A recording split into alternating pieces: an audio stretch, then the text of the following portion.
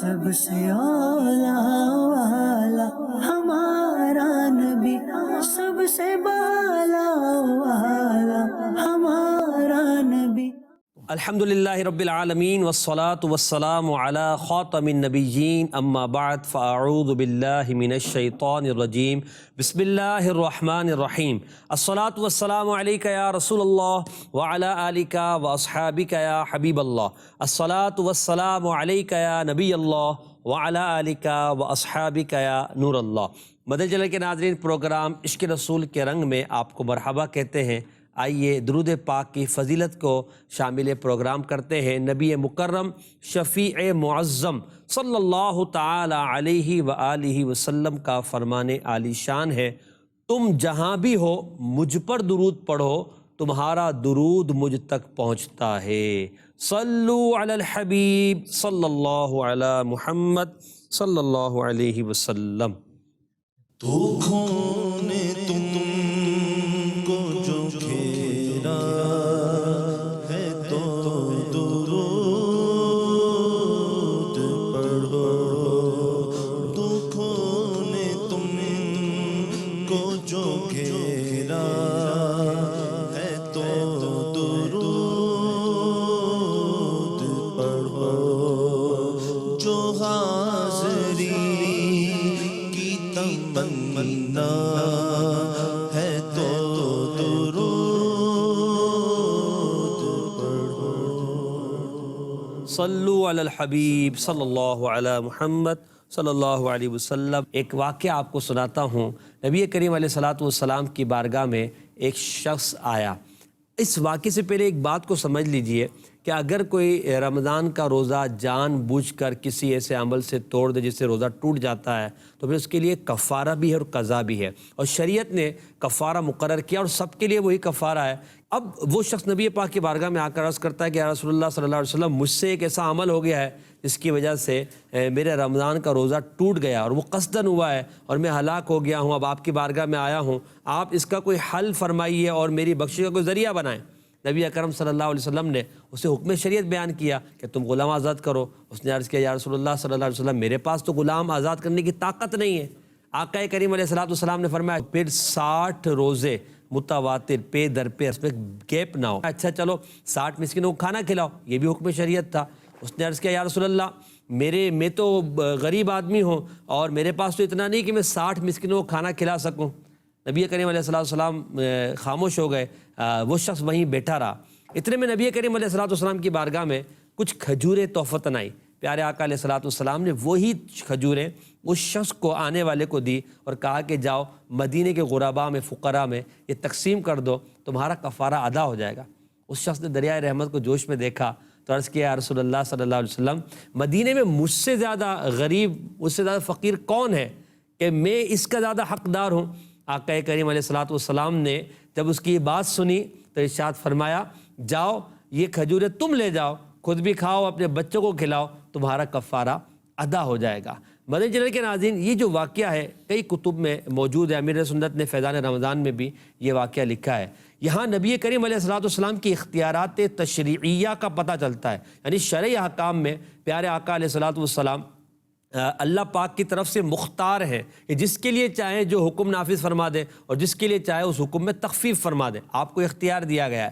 وہیں یہاں یہ بات بھی پتہ چلی کہ نبی کریم علیہ السلام کی بارگاہ وہ بارگاہ ہے جو خطا کرنے والے کو، گناہ کرنے والے کو، لغزش کرنے والے کو دھتکارتی نہیں ہے، یہاں سے بھگایا نہیں جاتا، بلکہ خطا کر کے جو بارگاہ رسالت میں آ جاتا ہے، بارگاہ رسالت وہ رسالت ہے، وہ بارگاہ ہے کہ آنے والے کو اپنے دامن کرم میں چھپا کر اس کی اس خطا کا کفارہ، گناہ کی کا ازالہ اور اس کی بخشش کا ذریعہ بنایا جاتا ہے اور اس شخص کو اس گناہ کے دلدل سے نکالا جاتا ہے۔ یہ وہی بارگاہ ہے جو دنیاوی طور پہ بھی نوازنے والی بارگاہ ہے اور اخروی انعامات سے نوازنے والی بھی بارگاہ ہے۔ تو نبی کریم علیہ السلام کی بارگاہ کا ایک وصف یہ ہے کہ خطا کر کے اگر کوئی بارگاہ رسالت میں جاتا ہے اور بارگاہ رسالت میں عرض کرتا ہے تو آقا علیہ السلام اس کو اپنے دامن کرم میں چھپاتے ہیں۔ اور یہی نظارہ قیامت میں بھی دیکھنے کو ہوگا کہ خطا کار گناہ گار بارگاہ رسالت میں آئیں گے شفاعت کی بھیک لینے کے لیے، اور آقا علیہ الصلوۃ والسلام اپنے دامن شفاعت میں ان کو چھپا کر جنت کے اندر لے کے جائیں گے۔ اسی لیے سید اعلیٰ حضرت امام اہل سنت امام محمد رضا خان رحمۃ اللہ تعالیٰ علیہ اپنے قصیدہ درود میں ارشاد فرماتے ہیں، اپنے خطا واروں کو اپنے ہی دامن میں لو، کون کرے یہ بھلا تم پہ کروڑوں درود۔ یہ آج کا ہمارا موضوع ہے، اپنے خطا واروں کو اپنے ہی دامن میں لو۔ ہمارے نعت خواہ اسلامی سے طرز میں بھی سنائیں گے، اپنے خطا واروں کو اپنے ہی دامن میں لو، اپنے خطا وار کو اپنے ہی دامن میں لو، اپنے خطا وار کو اپنے ہی دامن میں لو، اپنے ہی دامن میں لو، کون کرے یہ بھلا تم پہ کروڑوں درود، کون کرے یہ بھلا تم پہ کروڑوں درود۔ محسن بھائی، آپ نے جو خوبصورت واقعہ سنایا کہ ایک صحابی رسول سے خطا سرزد ہو گئی اور نبی پاک علیہ السلام کی بارگاہ میں اپنی خطا کی معافی مانگنے کے لیے وہ حاضر ہوئے، تو اس پر امام اہل سنت مولانا شاہ احمد رضا خان رحمۃ اللہ علیہ کا بڑا خوبصورت شعر مجھے یاد آیا کہ دنیا کا ایک دستور کیا ہے کہ اگر کسی کا جرم ہو جائے، کسی سے کوئی خطا ہو جائے، کوئی غلطی ہو جائے، تو وہ اس حاکم کے پاس جانے سے ڈرتا ہے کہ یہ مجھے سزا دے گا، یہ سزا دے گا۔ لیکن بارگاہ مصطفیٰ صلی اللہ علیہ وسلم کا دستور کیا ہے کہ جو خطاؤں اور گناہوں پر شرمسار ہو کر اس بارگاہ میں آئے اللہ، تو یہاں پر اسے دھتکارا نہیں جاتا بلکہ اسے نوازا جاتا ہے، اس کی خطاؤں کی معافی کے لیے اللہ رب العزت کی بارگاہ میں سفارش کی جاتی ہے۔ وہ کیا شعر ہے؟ چور حاکم سے چھپا کرتے ہیں یا اس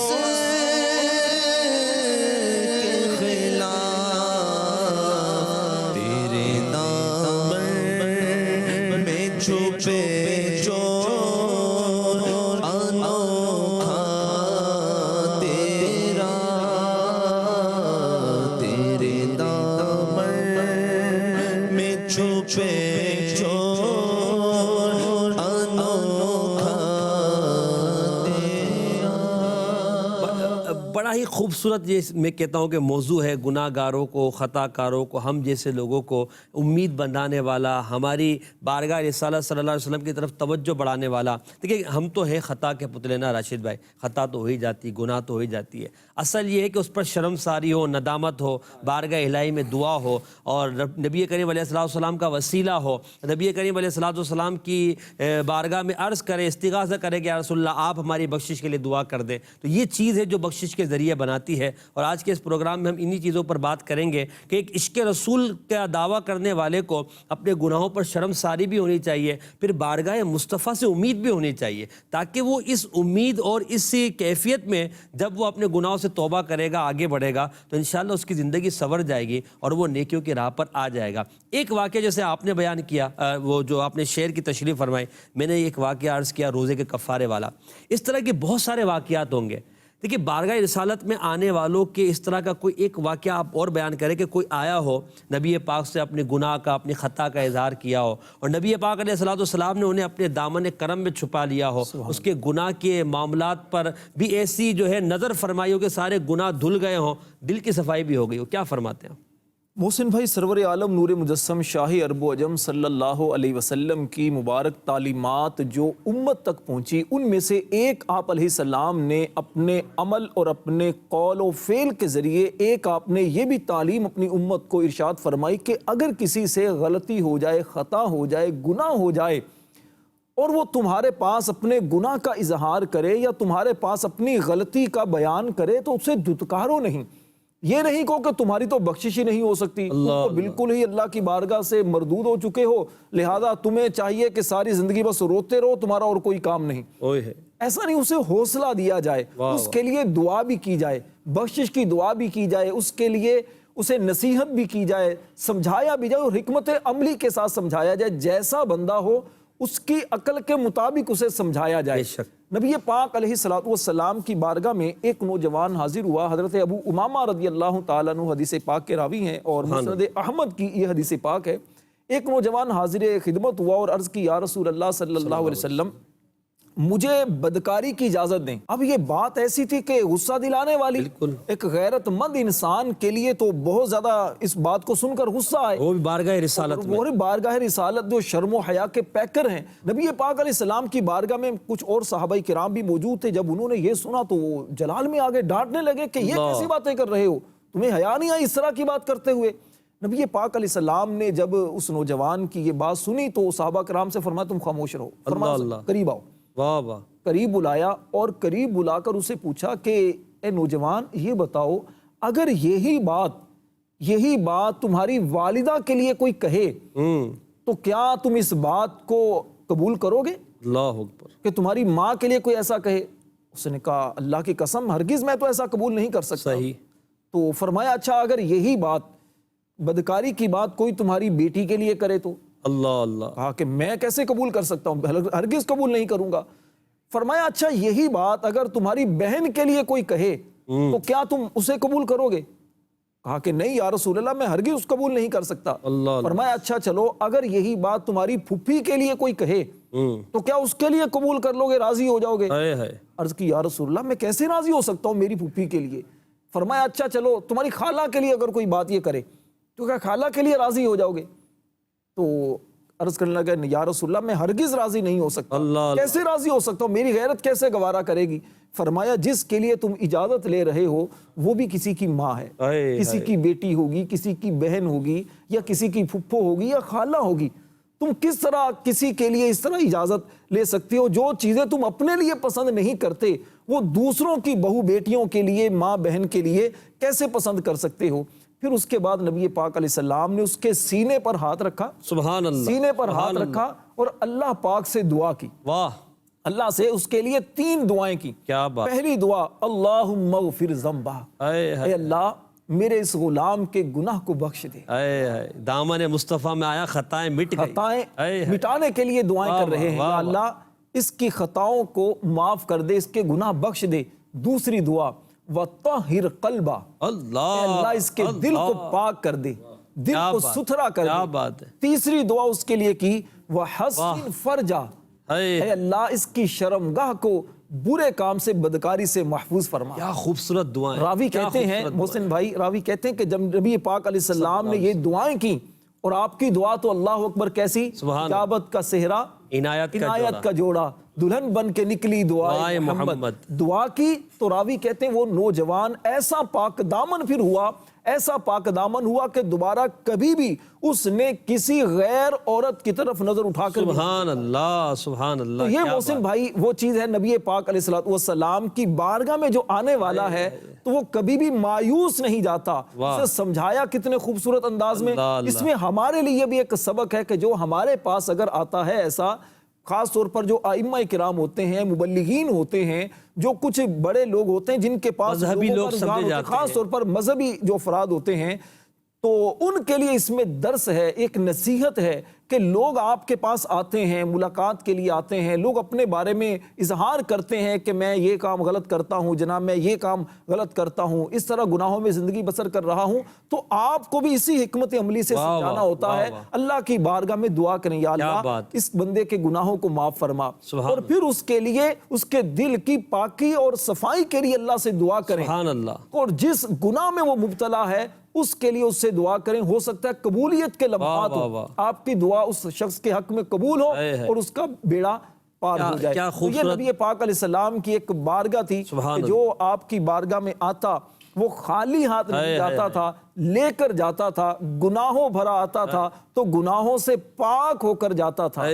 اگر وہ کر کے تمہارے گناہ مانگے تمہاری پناہ، تم کہو دامن میں آ تم پہ کروڑوں کر کے تمہارے گناہ مانگے تمہاری پناہ، کر کے تمہارے گناہ مانگے تمہاری پناہ، کر کے تمہارے گناہ مانگے تمہاری پناہ، مانگے تمہاری پناہ، تم کہو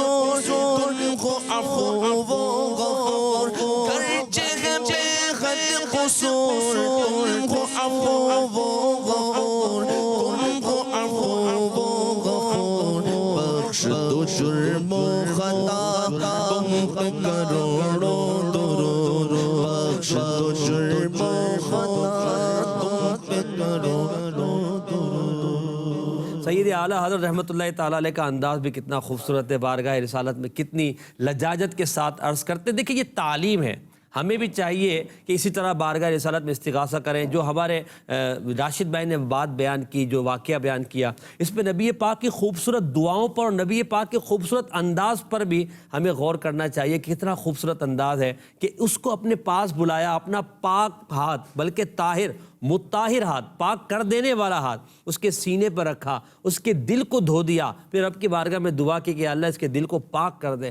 اب آپ غور کریں کہ جس کے لیے نبی پاک کے ہاتھ اٹھ جائیں، نبی پاک کی زبان سے کلمات نکل جائیں، اس کا تو بیڑا پار ہونا ہے۔ جبھی تو ہم یہ کہتے ہیں کہ گناہ گاروں کو اپنی گناہوں پر شرمندگی ہونا اور پھر بارگاہ خداوندی میں دعا کر کے وسیلہ مصطفیٰ پیش کرنا یا رسول اللہ کی بارگاہ میں استغاثہ پیش کرنا، یہ اسی لیے بخشش کا ذریعہ بن سکتا ہے۔ اور بالکل ہے، صحابہ کرام علیہ رضوان کا یہ عمل تھا، ان سے جب بھی غلطی ہوتی وہ بارگاہ رسالت مآب میں حاضر ہوا کرتے تھے۔ اور قرآن مجید نے تو ہمیں تعلیم دی، انشاءاللہ اس پر ہم بات کریں گے کہ قرآن نے ہمیں کیا تعلیم دی کہ اگر ہم سے خطا ہو جائے، ہم سے گناہ ہو جائے، ہم اپنے آپ پر ظلم کر بیٹھیں تو ہمیں کیا کرنا چاہیے۔ یہ پورا ایک موضوع ہے، اور ہم خطا کار ہیں تو دامن مصطفیٰ میں چھپ جائیں، کیونکہ جو دامن مصطفیٰ سے لپٹ جاتا ہے اس کے لیے دنیا بھی بہتر ہو جاتی ہے۔ دامن مصطفیٰ سے جو لپٹا یگانہ ہو گیا، جس کے حضور ہو گئے اس کا زمانہ ہو گیا۔ انشاءاللہ اس پر مزید بات بھی کریں گے، ہمارے راشد بھائی سے گفتگو کریں گے آیت مبارکہ اور قرآن کی جو ہماری تفسیر ہے اس موضوع پر، اس پر انشاءاللہ مدنی پھول لیتے ہیں۔ کچھ کالز آپ کی شامل کرتے ہیں۔ دیکھ رہا تھا تو اوپر جو عنوان لکھا ہے اس سے تو ایسا لگتا ہے کہ گناہ اور خطا کی بخشش اللہ تعالیٰ کے علاوہ کسی اور سے بھی مانگی جا سکتی ہے، حالانکہ یہ بات سمجھ نہیں آ رہی، اس کا جواب ضرور دیجیے۔ ارے کیوں نہیں سمجھ میں آ رہی؟ ابھی انشاءاللہ جب آیت مبارکہ سنائیں گے تو سمجھ میں آ جائے گی۔ اللہ تعالیٰ بخشش فرمانے والا ہے، غفور ہے، اللہ پاک معاف فرمانے والا عفو ہے، مگر اللہ تعالیٰ نے اپنے پیارے نبی صلی اللہ علیہ وسلم کی بارگاہ میں جانے کا قرآن میں حکم دیا گیا، اور صحابہ کرام کا تو یہ عمل تھا۔ ابھی جو دو ہم نے روایتیں بیان کی اس میں صحابہ کہاں گئے؟ نبی پاک کی بارگاہ میں ہی تو گئے۔ تو بہرحال خطا وار کو بارگاہ مصطفیٰ میں چلے جانا اور نبی پاک کا ان کے لیے دعائے رحمت کر دینا، انشاءاللہ اس پر ہم آیت مبارکہ سنتے ہیں۔ ایک کال اور لے لیتے ہیں، اس کال کے ساتھ انشاءاللہ کنیکٹ کریں گے۔ میرا جو اگلا سوال ہے آیت مبارکہ کو وہ انشاءاللہ آپ کا جواب بن جائے گا۔ اگلی کال۔ میرا نام ذیشان ہے، ایک شعر کی وضاحت فرما دیں۔ اس کی بخشش ان کا صدقہ، دیتا وہ ہے دلاتے یہ ہیں۔ کیا بات ہے، بات انشاءاللہ یہ بھی عرض کرتے ہیں۔ اگلی کال۔ آپ کی گفتگو سے میرے ذہن میں یہ سوال آیا کہ کیا اب بھی گناہ کی بخشش کے لیے بارگاہ رسالت میں جا سکتے ہیں جبکہ نبی کریم صلی اللہ علیہ وسلم کو پردہ کیے ہوئے سینکڑوں سال گزر گئے ہیں؟ واہ واہ، بڑے خوبصورت بات آپ نے کہ پردہ کیے ہوئے نا، جب پردہ فرمایا ہماری آنکھوں میں ہمیں نظر نہیں آتے، ورنہ ہم اہل سنت کا تو عقیدہ الحمدللہ یہ ہے کہ نبی پاک علیہ الصلوۃ والسلام اپنی قبر انور میں حیات ہیں، اور آج بھی یہی قاعدہ ہے۔ آج بھی قرآن پاک چونکہ قیامت تک کے لیے اب انشاءاللہ آیت مبارکہ سنیں گے، ہم اس کی تفسیر بھی سنیں گے، تو قیامت تک کے مسلمانوں کے لیے یہ ہے کہ گناہ ہو جائے بارگاہ مصطفیٰ میں حاضر ہو جائے۔ تو ایک شعر کی وضاحت پوچھی، اس کی بخشش ان کا صدقہ، دیتا وہ ہے دلاتے یہ ہے۔ یہ اعلیٰ حضرت رحمۃ اللہ تعالیٰ علیہ کا شعر ہے۔ اس میں اللہ پاک کی بخشش اور نبی پاک کا صدقہ یہاں مانگا جا رہا ہے، اور کہا جائے کہ اللہ کی بخشش دلاتا کون ہے؟ نبی کریم علیہ السلام۔ دینے والا کون ہے؟ اللہ پاک ہے۔ تو اللہ پاک دیتا ہے، نبی پاک دلاتے، نبی پاک وسیلہ ہیں، اور اللہ تعالیٰ ہی نے ان کی بارگاہ میں جانے کا ہمیں حکم دیا ہے۔ تو بہرحال خطا واروں کو، گناہ گاروں کو بارگاہ مصطفیٰ میں جانا چاہیے، اور کیوں جانا چاہیے، اور کیا وہ بخشش کروا سکتے ہیں؟ نہیں کروا سکتے، اللہ کی بارگاہ میں دعا کرتے ہیں، تو یہ کیا ہے؟ اس پر انشاءاللہ راشد بھائی آیت مبارکہ اور تفسیر۔ محسن بھائی، سب سے پہلے تو یہ اسلامی بھائی نے جو سوال کیا کہ یہ جو اپنا ٹائٹل ایک وہ موضوع ہم نے لیا، اپنے خطا واروں کو اپنے ہی دامن میں لو، تو دیکھیے اس کے دو مفہوم ہیں۔ ایک مطلب تو یہ ہے کہ جس کو انہوں نے بیان کیا کہ دیکھیے گناہ نافرمانی یہ تو اللہ کی، بالکل، تو نبی پاک علیہ الصلوۃ والسلام سے معاف کروانے کا کیا مطلب؟ دیکھیے بات یہ ہے کہ اللہ تبارک و تعالیٰ کی جو نافرمانی کی، تو آپ کو پتہ کیسے چلا کہ یہ اللہ کی نافرمانی ہے؟ جی نبی پاک علیہ الصلوۃ والسلام کے بتانے سے پتہ چلا نا، پہلی بات تو نبی پاک علیہ السلام کی بھی نافرمانی ہوئی، اللہ کی بھی نافرمانی ہوئی. صحیح. تو آپ نے نبی پاک علیہ السلام سے ان مانو کر معافی مانگنی ہے، ہم سب نے معافی مانگنی ہے جو ہم گناہ کرتے ہیں، غلطیاں کرتے ہیں. یا رسول اللہ صلی اللہ علیہ وسلم، آپ کی جو تعلیمات ہیں کہ نماز پڑھیں، روزے رکھیں یا اس طرح ماں باپ کی نافرمانی نہ کریں، یہ غلطیاں جو ہیں، گناہ جو ہیں، ہم گویا کہ ہم نے آپ کی بھی نافرمانی کی، تو ہم نے نبی پاک علیہ السلام سے بھی معافی مانگنی ہے. دوسری بات، نبی پاک علیہ السلام کی بارگاہ میں حاضر ہونے کا مقصد کیا ہے؟ ایک مقصد تو یہ، دوسرا مقصد کیا ہے کہ یا رسول اللہ صلی اللہ علیہ وسلم، اللہ پاک نے آپ کو اپنا محبوب بنایا ہے، بے شک اللہ پاک نے آپ کو نوازا ہے، آپ اللہ کے پیارے ہیں. ہم اس لیے آپ کی بارگاہ میں حاضر ہوئے ہیں کہ آپ اللہ کی بارگاہ میں ہمارے گناہوں کی شفاعت کر کے ہمیں جنت میں داخل کروا دیں. سبحان اللہ. آپ اللہ کی بارگاہ میں ہمارے لیے بخشش کی دعا کر دیں. واہ واہ. تو نبی پاک علیہ السلام کی بارگاہ میں جانے کا مقصد یہ ہے. جی. قرآن کریم میں اللہ رب العزت نے سرور عالم صلی اللہ علیہ وسلم سے فرمایا وَاسْتَغْفِرْ لِذَنْبِكَ وَلِلْمُؤْمِنِينَ وَالْمُؤْمِنَاتِ. واہ واہ واہ. اے پیارے حبیب، اپنے ایمان والے مردوں اور ایمان والی عورتیں جو تمہارے امتی ہیں، ان کی بخشش کے لیے دعا کرو. سبحان اللہ. تو نبی پاک علیہ السلام تو ہماری بخشش کے لیے اللہ سے دعا کرتے ہیں. سیدہ عائشہ صدیقہ طیبہ طاہرہ رضی اللہ تعالیٰ عنہا ایک مرتبہ یہ فرماتی ہیں کہ ایک مرتبہ نبی پاک علیہ السلام کو میں نے بڑا خوش دیکھا، تو میں نے عرض کی یا رسول اللہ صلی اللہ علیہ وسلم میرے لیے دعا کریں. واہ واہ. تو نبی پاک علیہ السلام نے اللہ سے دعا کی کہ یا اللہ عائشہ کے اگلے پچھلے سارے گناہ بخش. اے کیا بات. تو سیدہ عائشہ صدیقہ رضی اللہ تعالیٰ عنہ فرماتی ہیں جب میں نے یہ دعائے مصطفیٰ سنی تو میں اتنی خوش ہو گئی، اتنی خوش ہو گئی کہ اتنا مسکرائی، اتنا خوشی کا اظہار کیا کہ میرا سر گود میں چلا گیا. اللہ اللہ. نبی پاک علیہ السلام نے فرمایا عائشہ تمہیں میری دعا سے خوشی ملی ہے؟ سبحان اللہ. عرض کی یا رسول اللہ صلی اللہ علیہ وسلم میں تو بڑا خوش ہو گئی کہ آپ نے میرے لیے اس طرح کی دعا فرمائی. نبی پاک علیہ السلام نے فرمایا عائشہ یہ دعا میں اپنی ساری امت کے لیے روزانہ کرتا ہوں، یہ دعا تو میں اپنی ساری امت کے لیے کیا کرتا ہوں. تو امت سے ایسی محبت ہے کہ یا اللہ میری امت کے گناہوں کو بخش دے. تو یہ نبی پاک علیہ الصلوۃ والسلام کی امت پر رحمت بھی اور آپ کی شفقت اور آپ کی محبت بھی ہے کہ آپ کی بارگاہ میں آنے کا مقصد کیا ہے کہ آپ اللہ کی بارگاہ میں گناہوں کی. اچھا یہاں پہ حضرت عائشہ صدیقہ کا یقین بھی تو کتنا خوبصورت ہے کہ وہ نبی پاک نے دعا کی اور وہ مسکرا رہی ہیں، ان کو خوشی ہو رہی ہے کہ ان کو پتہ، ان کا عقیدہ ہے کہ یہ دعا کرے گا اور قبول ہو جائے گی. ان کی دعا میں رکاوٹ تو کوئی ہے ہی نہیں، ان کی زبان حق کے ترجمان سے نکلنا ہے اور اللہ پاک کا قبول فرمانا ہے. تو یہ نبی پاک کی شان ہے اور اللہ کریم ہمیں عطا فرمائے کہ ہم نبی پاک علیہ السلام کو خوش کرنے میں کامیاب ہو جائیں. کیونکہ دیکھیں جو نبی پاک کو خوش کرے گا، نبی پاک خوش ہو کر اس کے لیے دعا کریں گے. جب اس کے لیے دعا کریں گے اللہ پاک راضی ہوگا، اور جب اللہ راضی ہوگا تو دنیا اور آخرت ہماری سنور جائے گی، آخرت کی تمام منازل آسان ہو جائے گی. اصل یہی تھے نا کہ جا کر رسول اللہ کو راضی کرنا ہے، اور رسول اللہ کی رضا میں اللہ پاک کی رضا پوشیدہ ہے. وہ آیت مبارکہ آپ فرما رہے تھے. اچھا ہاں، دوسری بات نبی پاک علیہ الصلوۃ والسلام کی بارگاہ میں جانے کا جو مقصد، میں اسی کو کنٹینیو کر رہا ہوں کہ آپ علیہ السلام کی بارگاہ میں جانے کا مقصد کیا ہے کہ آپ کی بارگاہ رحمتوں والی بارگاہ ہے. بے شک. آپ کی بارگاہ میں جا کر اب ایسی رحمتوں والی جگہ میں اللہ سے جب دعا کریں گے تو نبی پاک علیہ السلام کی گویا آمین بھی ساتھ ہوگی، آپ کی شفاعت بھی ساتھ ہوگی، تو پھر اللہ کی خاص رحمتیں نازل ہوں گی. اللہ تبارک و تعالیٰ سورۃ النساء آیت نمبر 64 میں 64 نمبر آیت میں ارشاد فرماتا ہے وَلَوْ أَنَّهُمْ إِذْ ظَلَمُوا أَنفُسَهُمْ، فرمایا اور اگر اپنی جانوں پر یہ لوگ ظلم کر بیٹھیں تو اے حبیب صلی اللہ علیہ وسلم آپ کی بارگاہ میں آ جائیں. جاؤکا، آپ کی بارگاہ میں آئیں، اور پھر کیا فاستغفر اللہ، یہ لوگ اللہ سے آپ کی بارگاہ میں آ کر اللہ سے اپنے گناہوں کی مغفرت طلب کریں. واستغفر لهم الرسول، اور فرمایا رسول بھی ان کے لیے استغفار کرے، ان کی بخشش کی دعا کرے. تو لوجد اللہ تواب الرحیم، تو یہ لوگ اللہ کو توبہ قبول کرنے والا مہربان پائیں گے. محسن بھائی اس کی تفسیر میں علماء کرام نے لکھا کہ اللہ تبارک و تعالیٰ تو ہر جگہ بندے کی دعا کو قبول فرماتا ہے.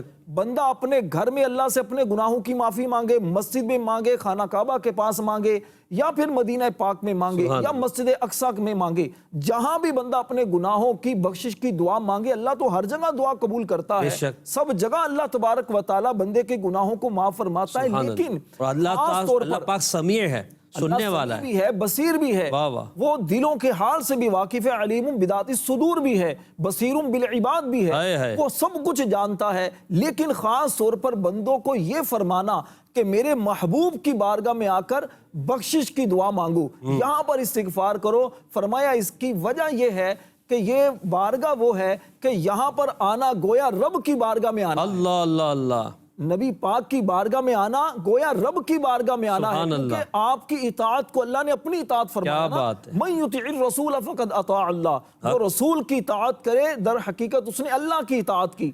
تو نبی پاک کی بارگاہ میں آنا در حقیقت اللہ کی بارگاہ میں آنا ہے، اور پھر نبی پاک علیہ الصلوۃ والسلام کی بارگاہ میں آنا یہ صرف آپ کی مبارک زندگی، مبارک ظاہر زندگی کی حد تک نہیں تھا کہ جب تک آپ حیات ظاہری کے ساتھ دنیا میں تشریف فرما تھے اس وقت کے لیے ہو، ایسا نہیں تھا، بلکہ نبی پاک علیہ السلام کے دنیا سے تشریف لے جانے کے بعد بھی نبی پاک علیہ السلام کے بارگاہ میں حاضر ہونا بھی اسی میں شامل ہے۔ جو نبی پاک علیہ السلام کو دل سے پکارتا ہے تو آقا دو عالم علیہ السلام اس کی فریاد کو پہنچتے ہیں، جبھی تو اعلیٰ حضرت نے کہا نا، فریاد امتی جو کرے حال زار میں ممکن نہیں کہ خیر بشر کو خبر۔ فریاد امتی جو کرے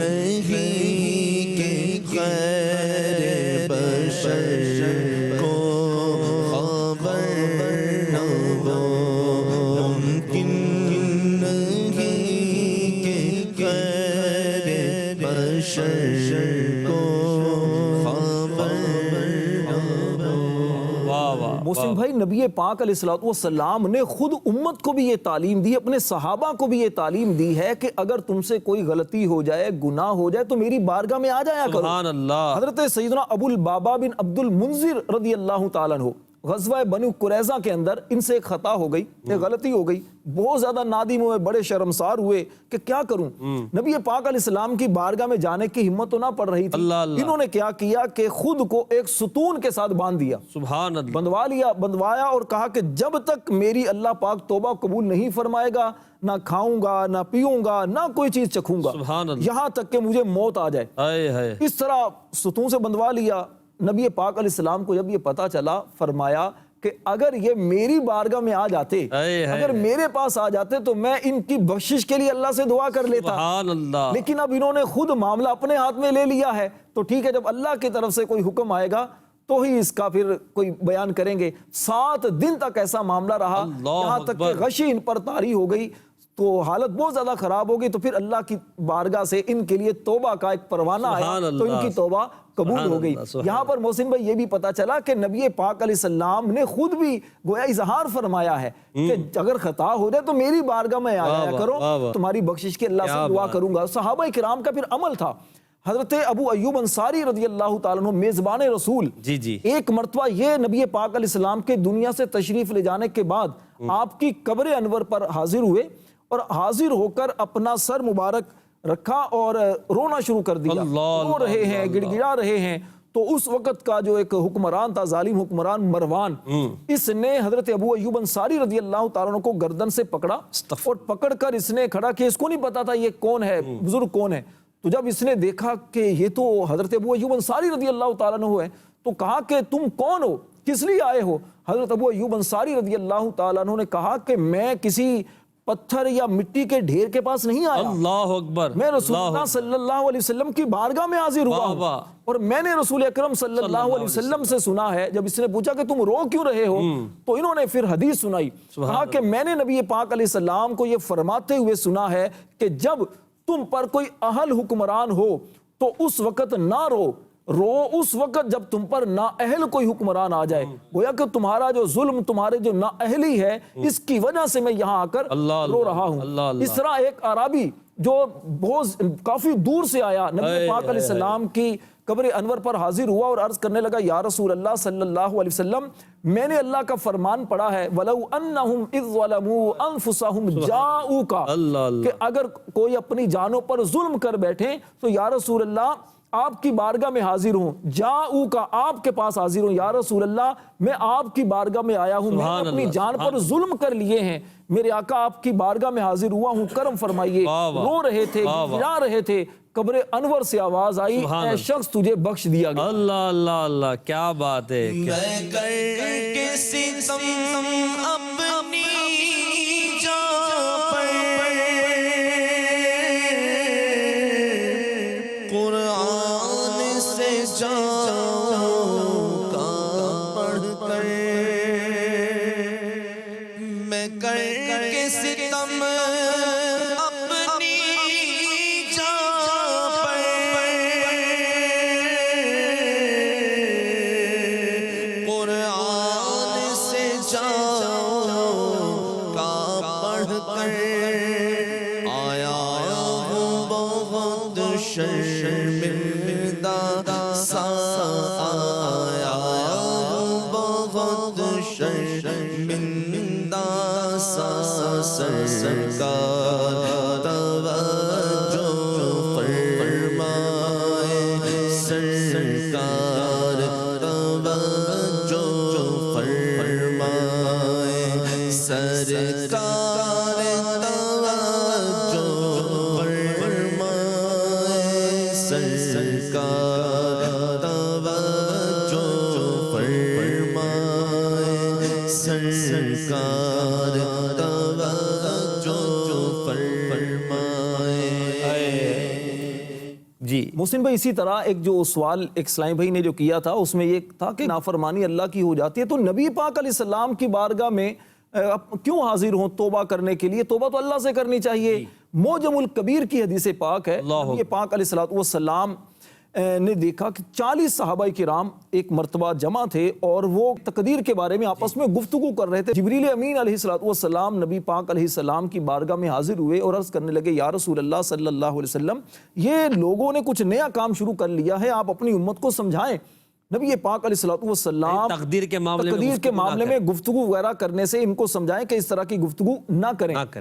نبی پاک علیہ السلام جلال کی کیفیت میں آئے، حدیث میں آتا ہے کہ اس طرح کے جیسے انار کو نچوڑا جاتا ہے تو اس سے کیسے سرخ سرخ سا ایک خوشبو نکلتا ہے، اس طرح آپ علیہ السلام کے مبارک چہرے کا رنگ سرخ ہو چکا تھا۔ اس جلال کی کیفیت میں آئے اور کہا کہ تم نے یہ کیا کام شروع کر رکھا ہے؟ ابھی جبریل امین علیہ السلام آئے اور انہوں نے مجھے تمہارے بارے میں یہ بتایا ہے۔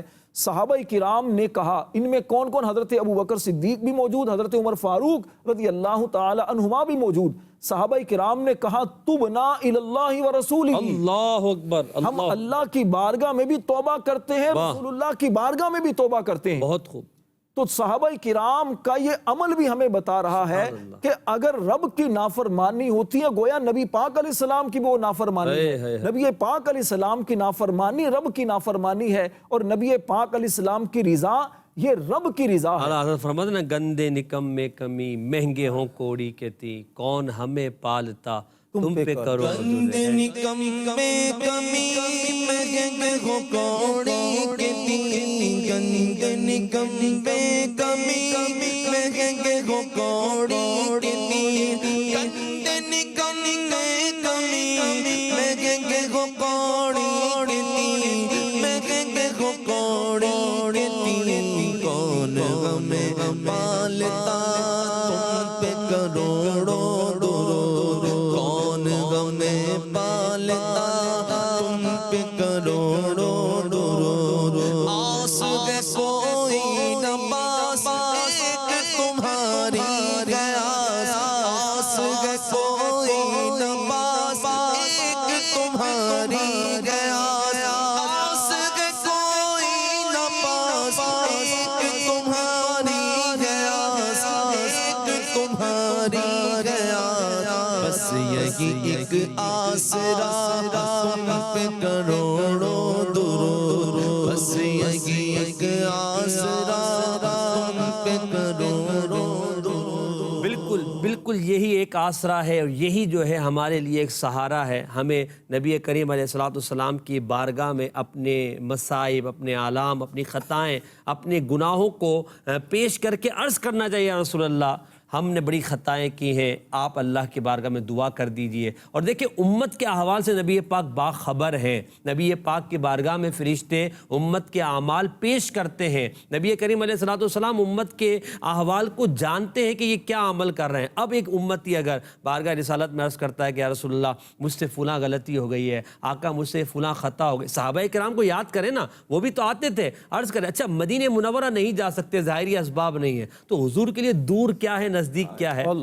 وہ تو دور و نزدیک کے سننے والے ہیں. تو ان سے عرض کرے آقا کہ مجھ سے خطا ہو گئی ہے، مجھ سے گناہ ہو گیا ہے، آپ اللہ کی بارگاہ میں دعا کر دیجئے. کیونکہ قرآن میں ہم نے سنا ہے کہ اگر آپ دعا کر دیں گے تو لا وجد اللہ تواب الرحیم، اللہ کو توبہ قبول کرنے والا مہربان پائیں گے. تو اس لیے آقا جائیں کہاں، پکارے کسے، کس کا منہ تکے؟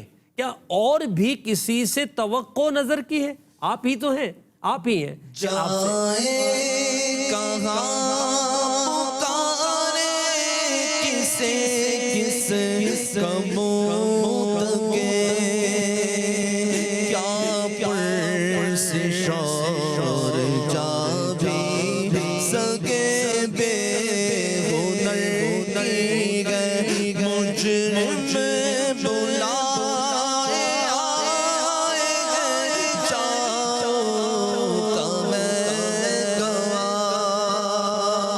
پھر رد ہو کب یہ شان کریموں کے در دی گئے، تجھ سے چھپائے منہ تو کرے کس کے سامنے، تجھ سے چھپائے منہ تو کرے کس کے سامنے.